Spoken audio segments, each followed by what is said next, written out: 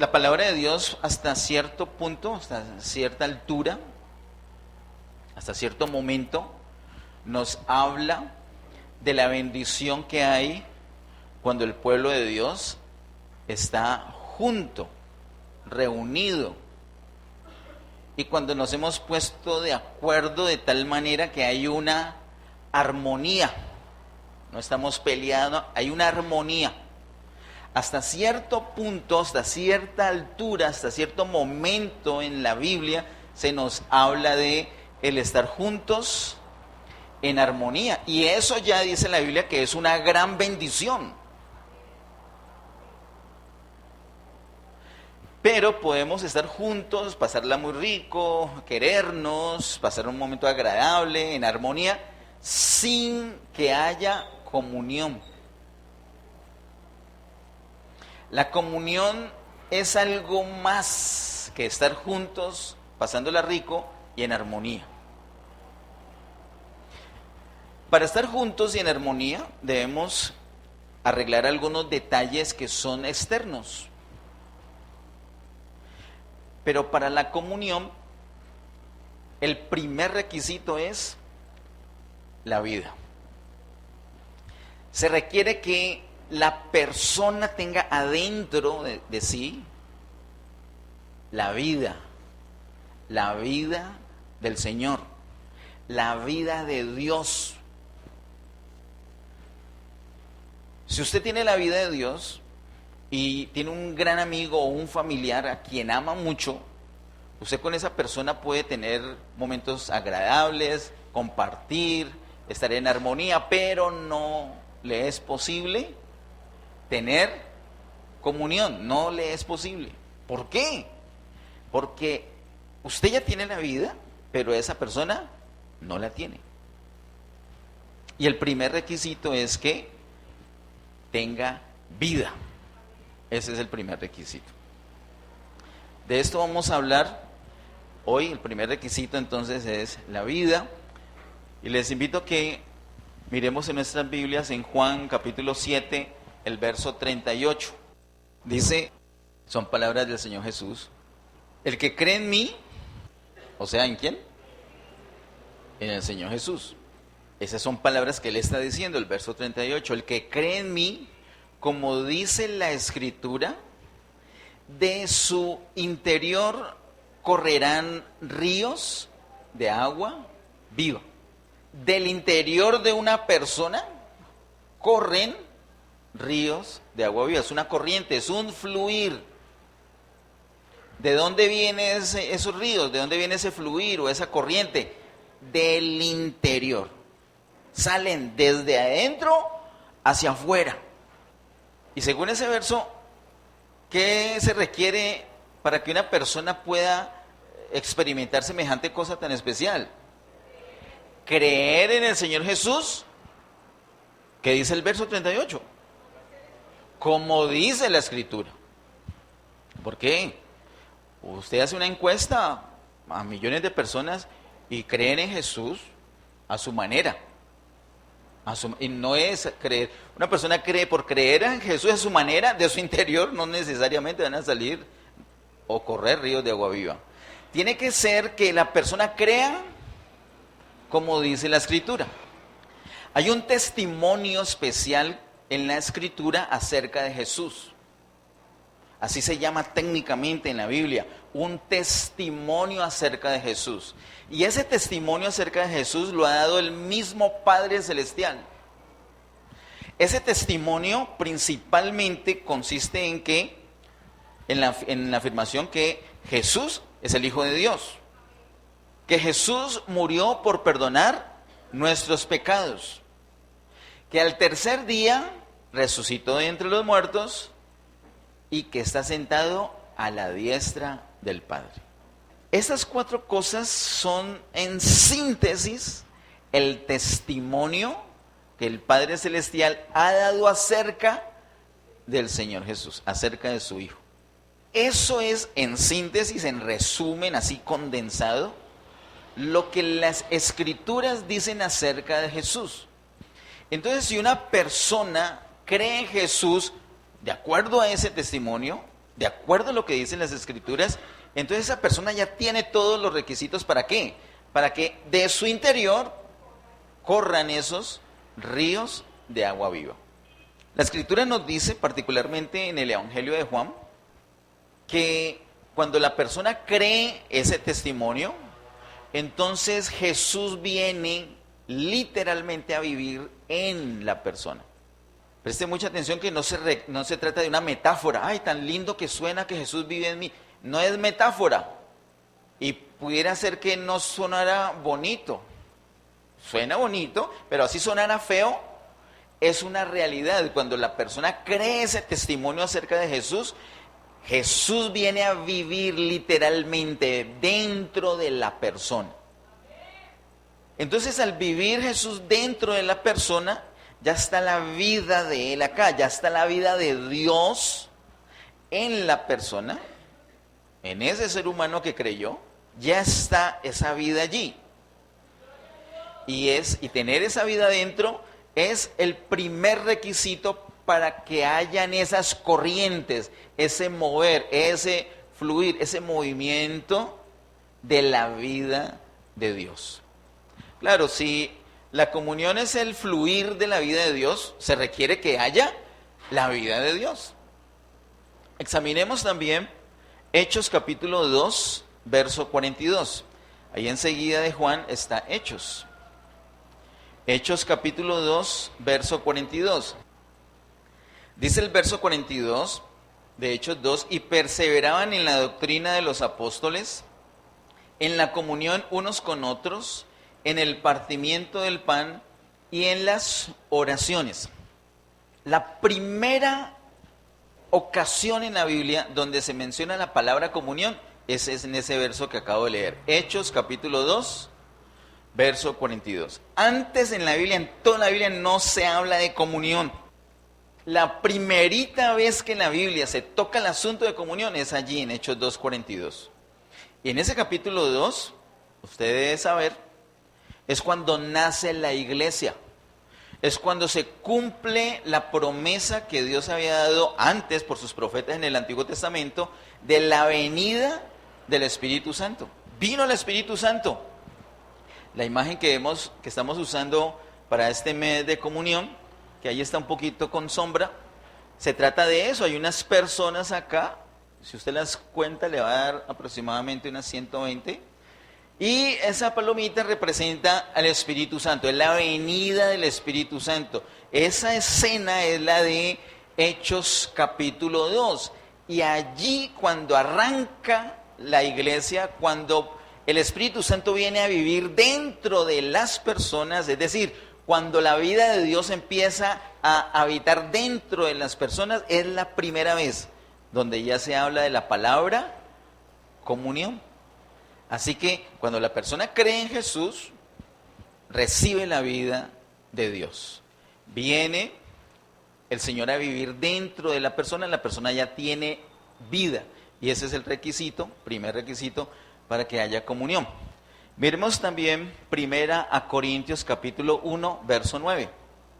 Encontramos: fiel es Dios, por el cual fuisteis llamados a la comunión con su Hijo Jesucristo, nuestro Señor.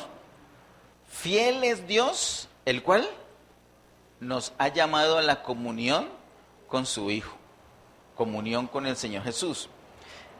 Esas palabras las dice el apóstol Pablo a creyentes, es decir, a personas que creen en el testimonio que la Biblia dice acerca de Jesús. Una persona que cree en esto, y ahorita dice la síntesis, esas 4 cosas, una persona que cree en eso, no significa que la persona no se está congregando, eso es otro tema.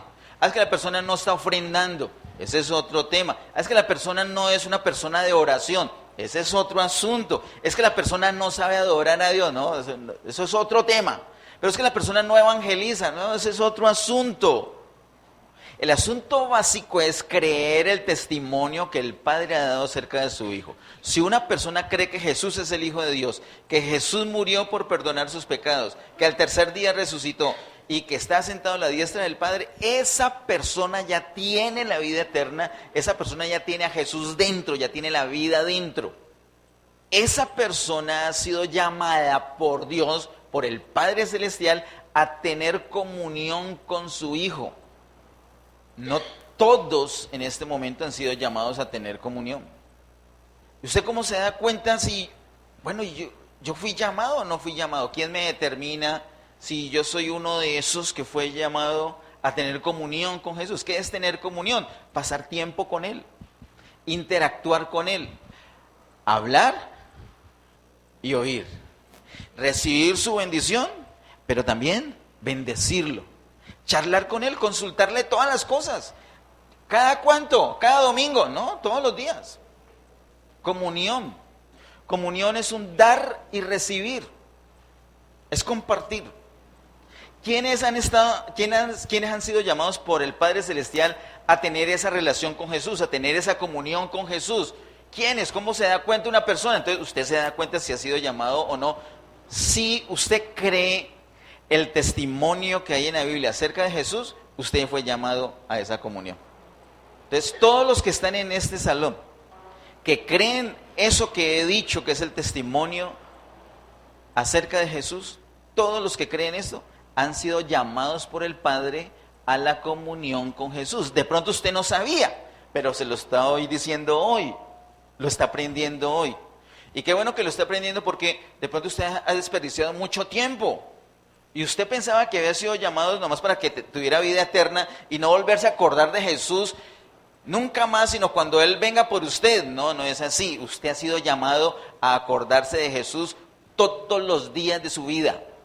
Y a compartir con Él, a tener una amistad significativa con Él. A compartir con Él todos los días de su vida. Ese es el llamado. Esa relación, esa comunión, entonces es un dar y recibir que tenemos con el Señor Jesús.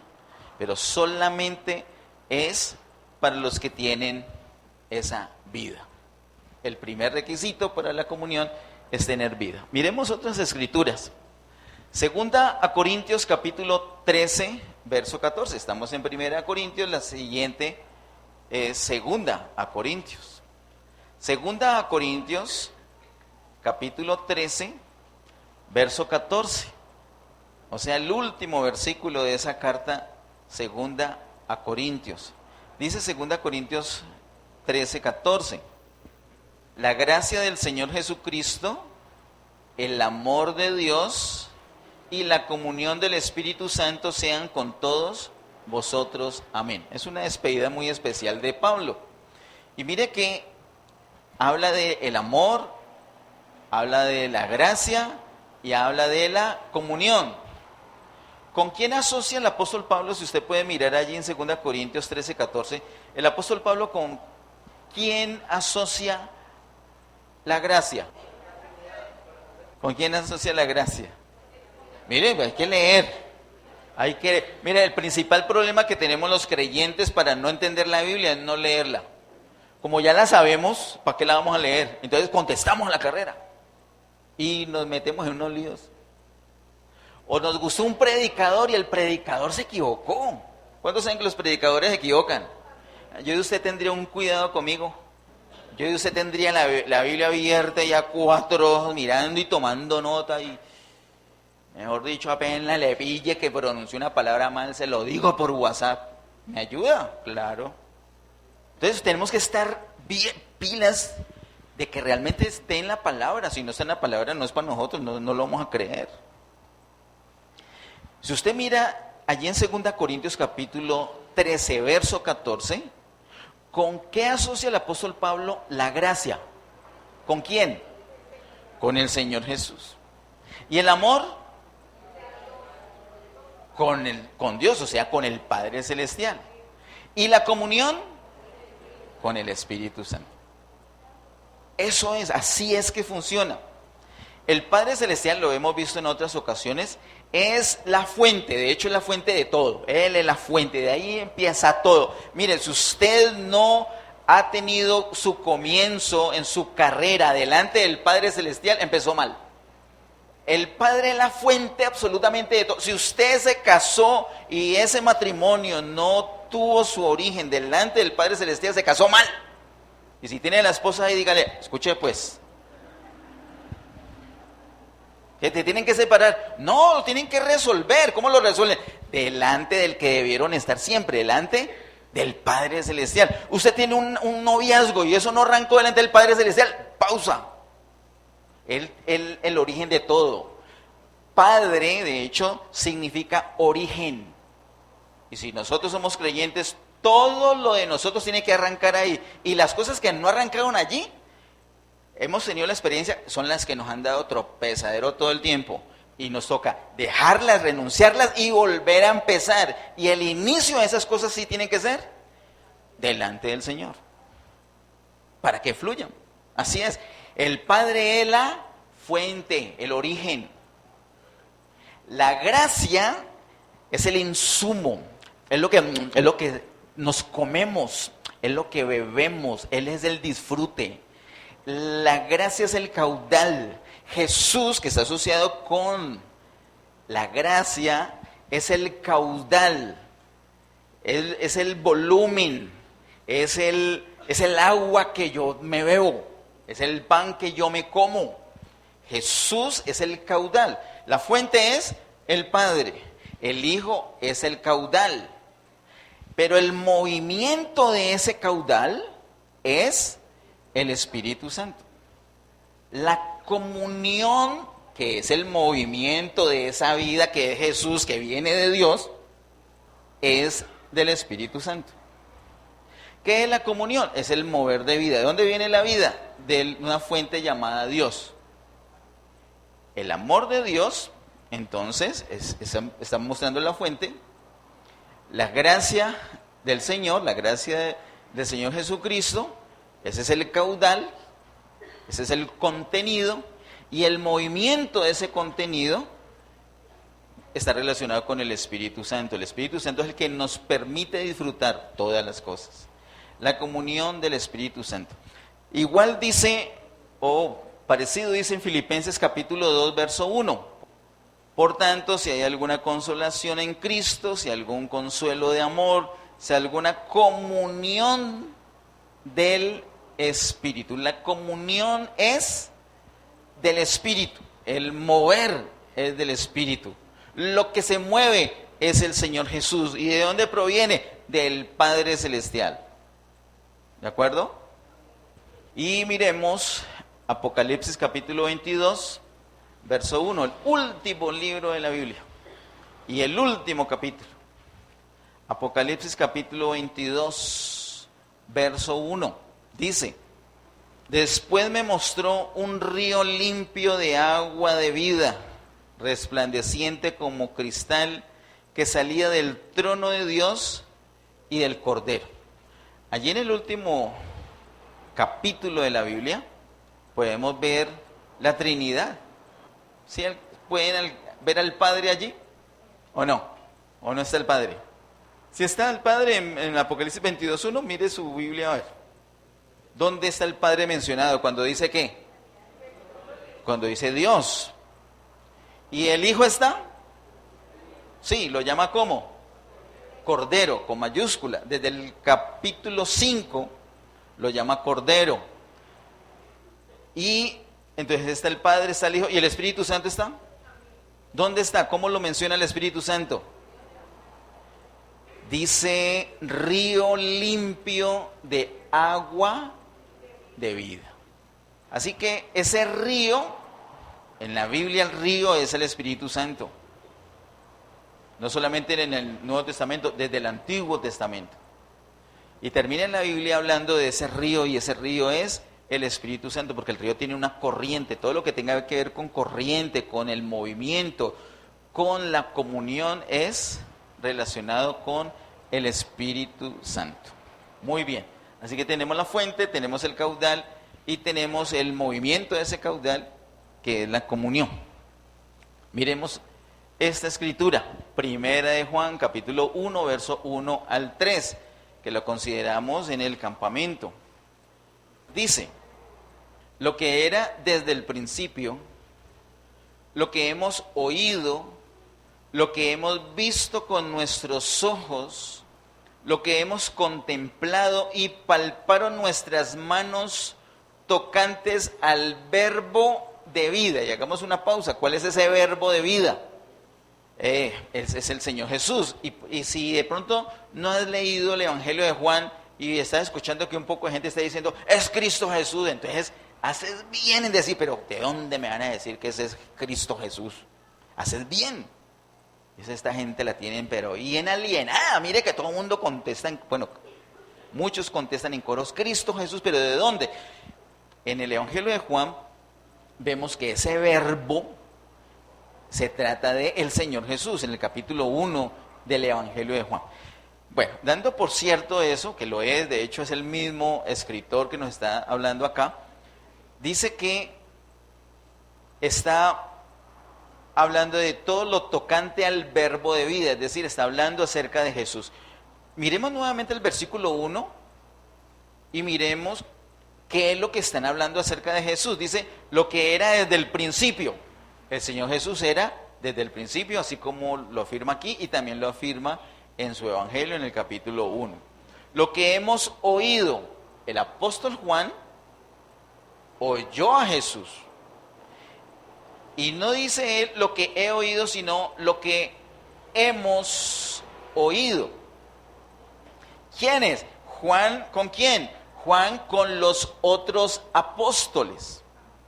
En Hechos 2:42 leímos ahorita acerca de la comunión de los apóstoles. Y aquí el capítulo 1 de Primera de Juan nos está hablando de lo mismo, de la comunión de los apóstoles. Dice lo que era desde el principio, lo que hemos oído, ellos lo oyeron. Juan y los demás apóstoles oyeron a Jesús. Luego dice, lo que hemos visto con nuestros ojos, ellos lo oyeron. Ellos lo oyeron y ellos lo vieron con sus propios ojos. Ellos estuvieron allí con él. ¿Qué más dice? Lo que hemos contemplado, no solamente es que lo vieron con los ojos, sino que también lo contemplaron, lo detallaron, le miraron lo que tenía en el pelo, le miraron los zapatos, le miraron los dientes, le miraron la nariz, las orejas, lo contemplaron, le sentían el aroma. Jesús viene por aquí. Ellos lo oyeron, lo vieron, lo contemplaron. Luego dice, y palparon nuestras manos. Ellos lo palparon, lo tocaron a Jesús. Yo imagino que más de uno le metió un pellizco yo me imagino la recochita de ellos en sus andanzas. Ellos lo tocaron, lo palparon. Y Juan hace mucho énfasis en que era alguien así real, humano, material, de carne y hueso, porque había unas herejías en el momento de la vida de Juan que decían que Jesús nunca se había hecho carne, que siempre había sido solamente divinidad y que nunca tocó algo de carne. Pero la Biblia no dice eso, la Biblia dice todo lo contrario, que ese verbo se hizo, literalmente se hizo carne, se hizo humano. Entonces él empieza así la carta diciendo, es que nosotros lo oímos, nosotros lo vimos, nosotros lo contemplamos, nosotros lo palpamos. ¿A quién? A Jesús. Sigue diciendo el versículo 2, porque la vida fue manifestada y la hemos visto y testificamos y os anunciamos la vida eterna, la cual estaba con el Padre y se nos manifestó. ¿Qué quiere decir que se manifestó? La vida se manifestó. La vida viene de un origen que ya sabemos que es ¿quién? El Padre. ¿Y cómo se manifestó? Para que lo pudieran oír, ver, contemplar y palpar, pues se hizo carne. Al hacerse carne ya no era no era una idea, no era un espíritu, no era un Dios lejano, sino que es Dios con los hombres. Se hizo carne, entonces se manifestó. Lo pudieron coger, lo pudieron agarrar. Así se manifestó el Señor Jesús, así se manifestó la vida, y entre paréntesis lo llama vida eterna. La vida eterna es la vida misma del Señor Jesús. Cuando una persona cree en Jesús, como dice la Escritura, la persona tiene vida eterna, es decir, tiene al mismo Señor Jesús. Esa es la vida que se tiene. Versículo número 3. Lo que hemos visto y oído, ya están como concluyendo, lo que hemos visto y oído, esto os anunciamos. Y luego dice el propósito, para que también vosotros tengáis comunión con nosotros. Escuche, cuando se anuncia, cuando se habla, cuando se pronuncia, cuando se menciona, cuando se declara, cuando se dicen cosas tocantes al verbo de vida, es decir, relacionadas con Jesús, cuando se habla de la vida de Jesús, del poder de Jesús, del amor de Jesús, de la realidad de Jesús en medio nuestro, etcétera, etcétera, cuando se hablan cosas de Jesús, entonces se provoca una comunión. Cuando se anuncian las cosas acerca de la vida, acerca del verbo de vida, acerca de la vida eterna, acerca de Jesús, se crea, se da origen a un movimiento de esa vida de Jesús. Por ejemplo, en ese momentico, ¿de qué estoy hablando yo? De justo de lo tocante al verbo de vida. Entonces se provoca aquí en este salón un movimiento. ¿De qué? De la vida. Entonces empieza por aquí, por aquí, por aquí, por aquí, por aquí, por aquí, por aquí. Y las personas que están en el lugar son bendecidas. Pero hay un requisito para la comunión. Y es la vida. Entonces viene por aquí, por aquí, por aquí, por aquí, por aquí, por aquí, por aquí, por aquí, por aquí. La corriente, es como una corriente literal. Viene por aquí, cuando ¡pum! Aquí esta persona que está aquí no tiene la vida. Entonces, ¿qué pasó aquí? Se interrumpió la comunión. ¡Qué pesar! Se la perdió Hugo que seguía. Entonces, ¿qué sucede? Esa persona también se lo... ¿Qué tiene que hacer esa persona para poder disfrutar esa comunión? Tener la vida. ¿Y qué requisito es para tener la vida? Creer ¿qué? En Jesús. ¿Pero de qué manera? Como dice la Escritura. Entonces sigue la comunión, sigue la comunión, sigue. Nosotros en cualquier lugar donde estemos podemos provocar ese movimiento de vida. Podemos provocar esa comunión. Según 1 Juan capítulo 1, verso 1 al 3, ¿qué tenemos que hacer? Hablarlo tocante al verbo de vida. Póngase a hablar de Jesús. Póngase a invocar el nombre del Señor. Con solamente decir Jesús, ya estás provocando esa corriente. Pruébelo en los momentos que usted quiera, en los momentos de crisis, en los momentos de angustia, en los momentos de que usted está como asustado, como que está con temor o con rabia o con tentaciones. Empiece a invocar el nombre del Señor, empiece a... Y diga, es que no me lo sé de memoria. Abra la Biblia, ¿sabe leer? Háblala. No sabe leer, entonces le tocó memorizar, mientras que aprende a leer.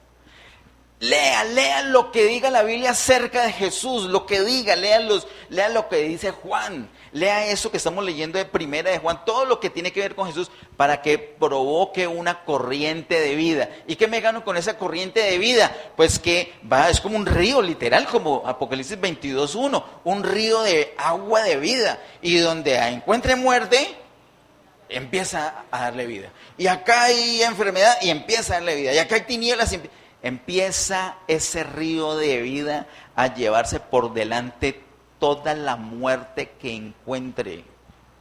Eso es la comunión. ¿Cómo la provocamos? 1 Juan capítulo 1, verso 1 al 3. Hablando acerca del Señor Jesús. Eso es lo que dice 1 Juan capítulo 1, verso 1 al 3. Vamos a hacer una pausita aquí. Y tengo preparados unas banderas. 4 banderas. Ahí están las banderas. Cada grupo tiene una bandera. Y entonces vamos a hacer un ejercicio. Vamos a jugar una especie de tingo-tango, pero sin penitencia y sin afán. No es que tengo como si fuera una papa caliente que me quema. No. Con calma. Es un tingo-tango con calma. ¿Y cuál es el propósito? El propósito es aprender cada uno de nosotros a provocar un movimiento de la vida. ¿Cómo se provoca según 1 Juan capítulo 1, verso 1 al 3, el movimiento de la vida? Hablando de Jesús. hablando algo de Jesús. Entonces, por ejemplo, preste un momentico. Entonces, por ejemplo, yo tengo la bandera y le digo a la persona, Jesús es el rey. ¿Eso es verdad? Estoy hablando una verdad de Jesús y le digo, Jesús es el rey. Y se la paso. Entonces a él le toca decir alguna otra cosa acerca de Jesús. De Jesús. Uy, pero es que yo casi no sé Biblia. ¿Quién está hablando de Biblia? Estamos hablando de Jesús. Algo usted ha sabido de Jesús. Algún día lo sanó. Ah, sí, ¿verdad? Jesús es mi sanador. Y pasa. Bueno, pues nunca me ha sanado. De hecho, estoy más enfermo. Ah, pero te tiene con vida. No, Jesús es vida. ¿De acuerdo? Entonces vamos a hacerlo así. Mire. Y lo que vamos a generar es una corriente. Usted va a sentir en su piel una... No, qué cuento de piel. Eso no se trata de sensaciones. Se trata de realidades. Además, cuando la palabra de Dios dice de su interior, la piel no es el interior, ni el cuerpo, ni siquiera su alma. Es su espíritu. De allí es que sale esa corriente. Si usted siente algo, lo está sintiendo en su piel y en su alma y es completamente válido. Si es que se originó desde su interior. Ah, pero es que yo no sentí nada. Es lo más natural. ¿Por qué? Porque es desde su interior. De ahí es que brotan. Mire, hay gente que siente de todo. Uy, que ese culto fue espectacular. Yo sentí una electricidad. Mira cómo salí con el pelo todo parado. Y va a la calle y alguien le hizo una cosa maluca y ese con el pelo parado del poder del culto le echa un madrazo al otro. Y el pelo se le aplasta. ¿De qué le sirvió la sensación? De nada. En cambio, los ríos de agua viva te ayudan a caminar bien. No quiere decir que nunca más te vas a volver a equivocar. Entonces, ¿cómo hago entonces para equivocarme menos? Pues más comunión, más vida, más corriente. Y más bendición somos a quienes, a los que viven con nosotros, a los vecinos, a los compañeros de estudio, de trabajo, etcétera, etcétera. Sin necesidad de tener una Biblia de estas de bolsillo, un micrófono y una corbata para predicarles. No se necesita. ¿Qué se necesita? Tener la vida. Es el primer requisito. Entonces, no vamos a empezar el ejercicio sin verificar el requisito. Porque el requisito es tener la vida. Entonces, por favor, todos cierren sus ojos. Cierren sus ojos. Y hablo en este momento a los que creen que Jesús es el Hijo de Dios, creen que Jesús murió por perdonar nuestros pecados y creen que al tercer día resucitó de entre los muertos y que está sentado a la diestra del Padre. Esos que creen eso, por favor, levanten una mano, su mano derecha y diga conmigo: Padre Celestial, en esta mañana yo declaro que creo en Jesús como tu Hijo. Yo creo lo que tú dices en tu palabra acerca de Jesús y declaro que Jesús es mi Señor. Amén. Ya, bajen su mano. Ya estamos listos con el requisito. Ahora sí. Entonces yo les voy a pedir el favor. Esta banderita va así. Se va pasando y esta va así. Se le van pasando uno al otro. Entonces, ¿qué necesita para pasarla? Decir algo de Jesús. Si usted no sabe nada, es la responsabilidad del anterior. El anterior le está diciendo. Si usted no sabe otra, dice la misma. Si usted cree que yo me voy a pelear con este, ahí me dicen, Jesús es amor. Y yo, Jesús, de los nervios me olvidó. Pues yo vuelvo a decir, Jesús es amor. Y la paso. ¿De acuerdo? ¿De acuerdo? Listo, ya, empecemos. Algo de Jesús y la pasa.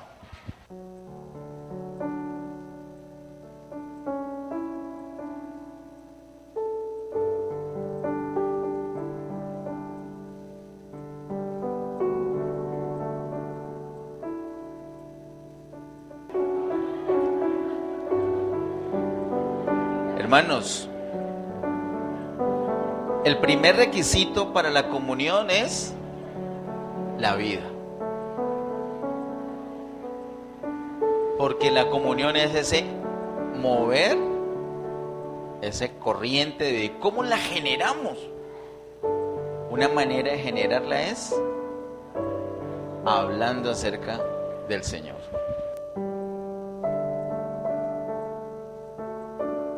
Quiero que miremos ahorita, tengan las banderas allí donde quedaron, porfa. Para terminar vamos a ver Juan capítulo 4, verso 13 y 14. Tenemos que devolver ahora sí al Evangelio de Juan.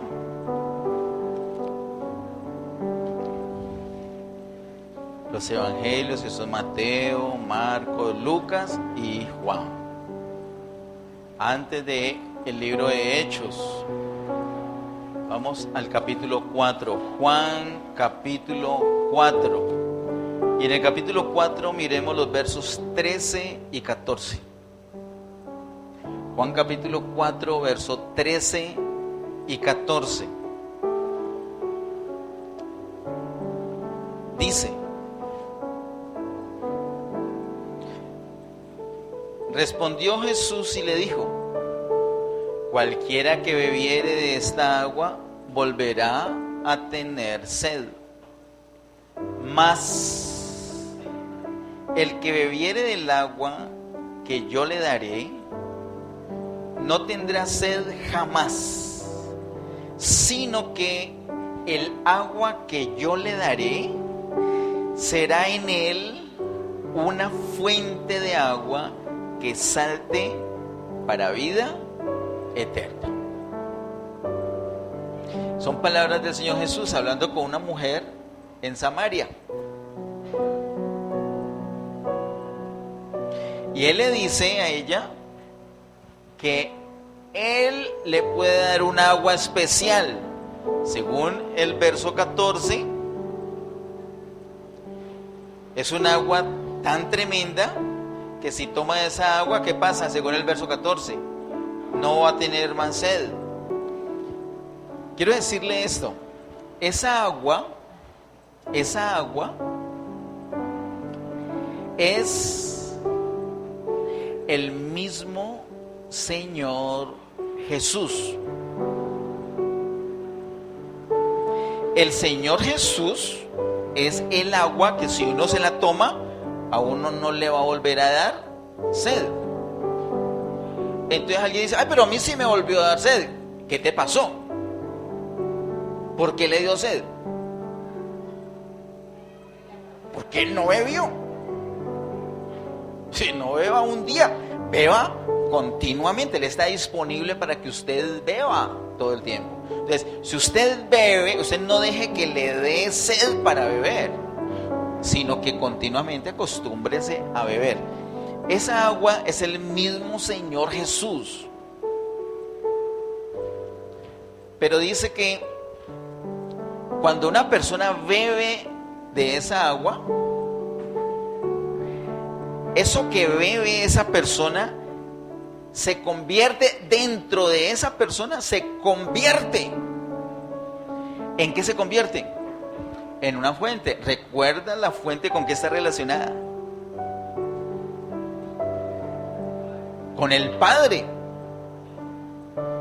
Entonces tenemos al Señor Jesús y tenemos al Padre. ¿Y qué pasa con esa fuente? ¿Qué dice el Señor Jesús a esa mujer? ¿Qué pasa con esa fuente? Bebe agua y se convierte dentro de la persona en una fuente que ¿qué? Que salta para vida eterna. Ese salto nos está hablando de un movimiento, que es lo que venimos hablando. O sea que nos está refiriendo no solamente al Padre, al Hijo, sino también al Espíritu Santo. Eso se lo dijo Jesús a esta mujer. Sigue Jesús hablando con ella, charlando con ella, avanza la conversación hasta que llegan a la altura del versículo 21 al 24. Le invito a que lo miremos. Dice: Jesús le dijo: mujer, créeme que la hora viene cuando ni en este monte ni en Jerusalén adoraréis al Padre.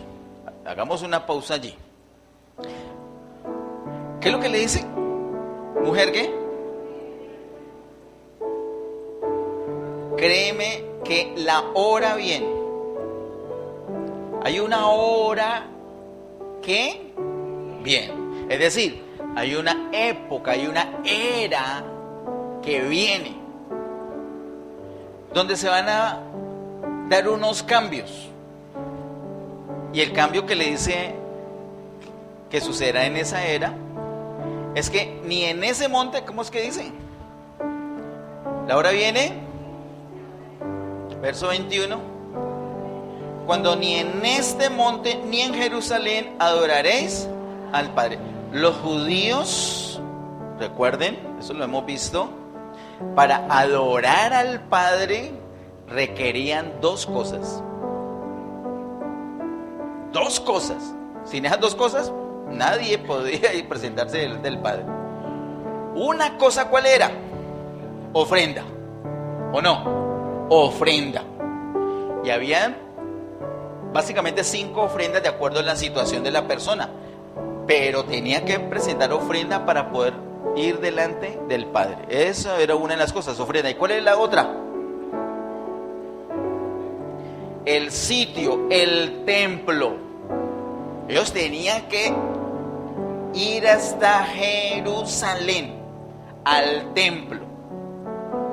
Entonces tenían que ir a ese monte, a Jerusalén. Pero entonces el Señor le dice, mire, usted se sabe muy bien el Antiguo Testamento, pero viene la hora cuando no va a ser así. Vamos al verso 22. Vosotros adoráis lo que no sabéis, nosotros adoramos lo que sabemos, porque la salvación viene de los judíos. Verso 23. Mas la hora viene, pero ahora agrega algo más. Y ahora es. Entonces le dice, mira, usted viene muy bien en el Antiguo Testamento, pero ya viene el momento donde vienen los cambios. Y ahora en el verso 23 le dice, y ya es el cambio. Muy bien con el Antiguo Testamento. Ofrenda y lugar. Una ofrenda de acuerdo a la situación, ofrenda por la culpa, ofrenda por el pecado, ofrenda de paz, recuerda, ofrenda de acción de gracias, la misma de paz, ofrenda de ayúdeme, ofrenda de holocausto, me falta una, primicias. Esas son las 5 ofrendas principales de acuerdo a la situación de la persona para ir a adorar al Padre y el templo. Pero le dice, verso 23, mas la hora viene y ahora es. Le está diciendo, ya esto está cambiando justo ahora. ¿Y en qué consiste el cambio? Verso 23. Cuando los verdaderos adoradores adorarán al Padre en espíritu y en verdad. Ojo. Le está diciendo, hay un cambio. Ya el lugar no es en el templo. Ya el lugar es otro. El lugar es el espíritu.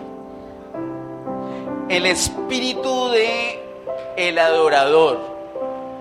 Ya no requiere ir al templo en Jerusalén, pero sí se requiere, porque hay algunas personas que dicen, no, si ya no se requiere ir al templo. No, y tienen razón, pero se requiere ir a otro lugar, al espíritu. Hay gente que ya no volvió a congregarse porque entendió el 50%. ¿Cuál fue el 50%? Ya no se requiere templo para adorar. ¿Lo entendió bien? Perfecto. ¿Hace bien en no congregarse? Sí, muy bien. En cuanto a ese 50%, todo perfecto. Pero el otro 50% le está diciendo dónde ahora es el lugar. Y es en el espíritu. Y cuando la persona realmente vaya a su espíritu a tener comunión con el Señor le va a decir dónde congregarse, por qué congregarse, con qué frecuencia, le va a decir todas las cosas. Entonces ya tiene el lugar, que es el espíritu. Verso 23. los verdaderos adoradores adorarán al Padre en espíritu, pero también dice, y en verdad. No solamente le habla del lugar, ya no es en Jerusalén, es en el espíritu. Y le dice, y ya no son con estos 5 tipos de ofrendas, sino con otra ofrenda. Esa ofrenda se llama, ¿cómo la llama en el verso 23? La llama verdad. Esa ofrenda llamada verdad es, según muestra Hebreos, es el Señor Jesús. Él es la ofrenda. El mismo Señor declara en Juan capítulo 14, yo soy el camino, la verdad y la vida. Nadie viene al Padre si no es por mí. Él es la ofrenda. Jesús es la ofrenda que usted y yo tenemos para poder ir delante del Padre. Así que los creyentes tenemos resuelto el lugar y la ofrenda, en espíritu y en verdad. Así es que hay que adorar al Padre. El Señor está desafiando a esta mujer para que opere no en su cuerpo, que tiene pies que le llevarán a Jerusalén, sino para que opere en su espíritu. Y que coja no este corderito, sino al Señor Jesús y lo lleve a esa comunión. Ahora, ¿cómo hago para coger a Jesús? Es el mismo Jesús tuyo. Es el mismo Jesús para todos. Lo que pasa es que cada uno lo ha experimentado distinto. Por ejemplo, levanten las manos a quien Jesús le ha sanado de alguna enfermedad. Bajen la mano. Que Jesús lo sanó de alguna adicción a algo maluco. Adicción. Bajen la mano rapidito. Usted era de mal genio y el Señor lo volvió dulce, así como yo. Levanten la mano. Cada uno ha experimentado a Jesús de acuerdo a lo que ha vivido. Algunos han tenido unos momentos de angustia terribles y se dieron cuenta que Jesús los sustentó en ese tiempo, ¿o no?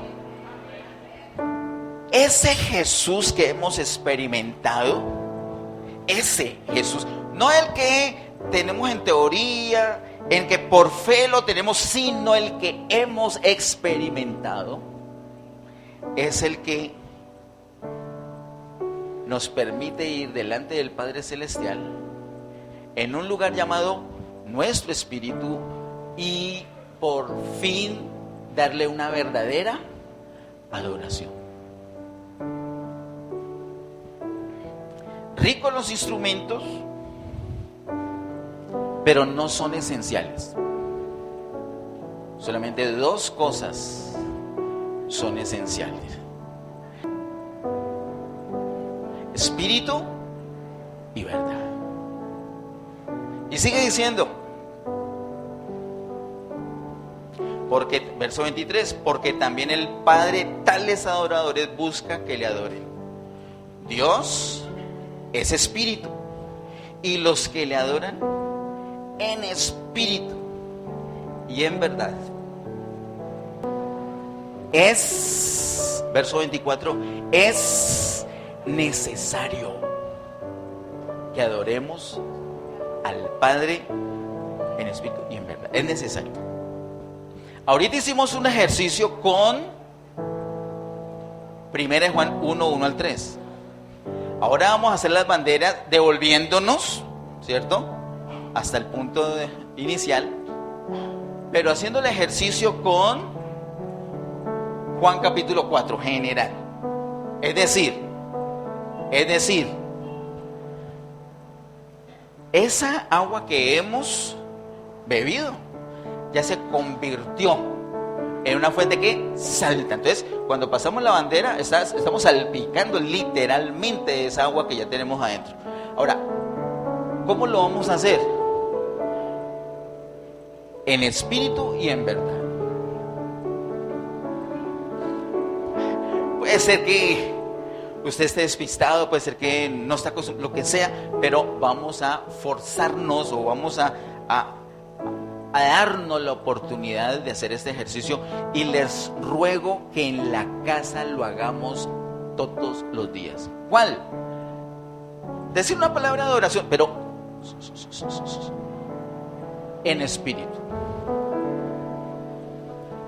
Quiero que tú te concentres en el Señor, la bendición que Él te ha dado, eso que tienes tanta gratitud con Él. Esa es la verdad que has experimentado de Él.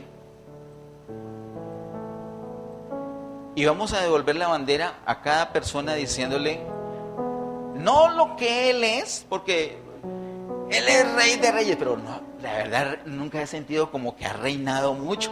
Entonces esa no la voy a escoger. Voy a escoger la que sí me ha tocado más. Él me ha perdonado, Él me ha sanado, Él me ha pastoreado, Él me ha salvado, Él me ha alegrado, Él me ha llenado, Él me ha levantado, Él me ha... Algo le pasó a usted. Eso es la verdad que usted tiene.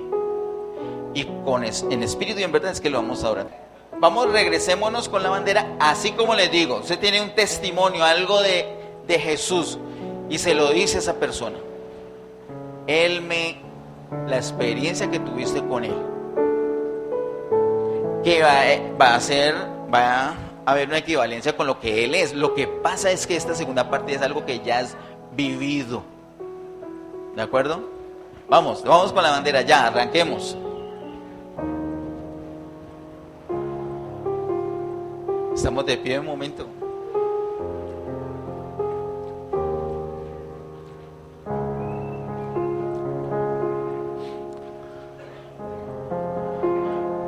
No importa el lugar donde estés, no importa el monte, no importa que estés en Colombia, no importa que estés en tu casa o en ese salón de reunión, en tu trabajo, lugar de estudio, en la calle.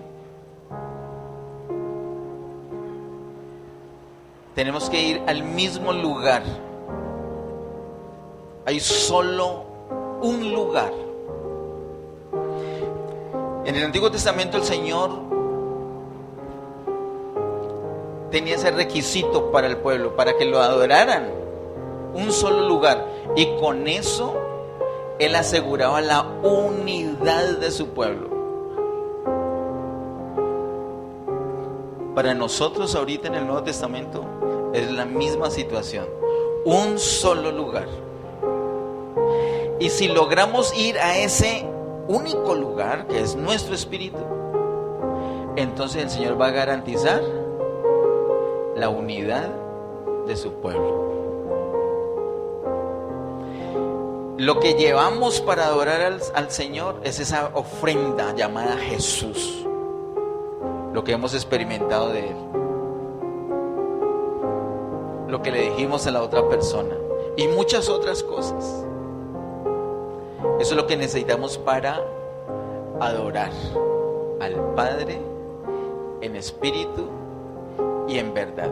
Cuando lo hacemos, entonces eso que hemos disfrutado del Señor se convierte dentro de nosotros en una fuente que salta. Es decir, ya no queda allí en agua estancada, sino que se convierte en un fluir. Así que tenemos aquí, Juan nos enseña dos maneras básicas, dos maneras clásicas, dos maneras claves y fáciles para provocar la comunión. Una, hablar de Jesús. Otra, adorar al Padre en espíritu y en verdad. Podemos levantar nuestras manos. Toda libertad, toda libertad, toda libertad. La libertad que Él nos ha dado. Levantamos nuestras manos no porque seamos dignos, sino porque Él, que es digno, nos ha limpiado, nos ha salvado, nos ha perdonado. Y a ti, Señor, damos toda la gloria, toda la honra y todo el honor. Declaramos que tú, Señor, eres suficiente para nosotros. Queremos beber de ti, Señor, para no tener nunca más sed.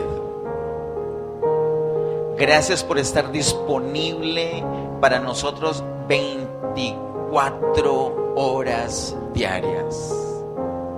Gracias porque no tenemos sino un requisito, y es creer, y nosotros creemos. Por eso te hemos recibido y ahora te disfrutamos y proclamamos tu nombre, invocamos tu nombre y provocamos un mover de tu vida para bendecir a otros. Te bendecimos, Señor, te exaltamos. En el nombre de Jesús recibe toda gloria, toda honra y todo honor. Amén.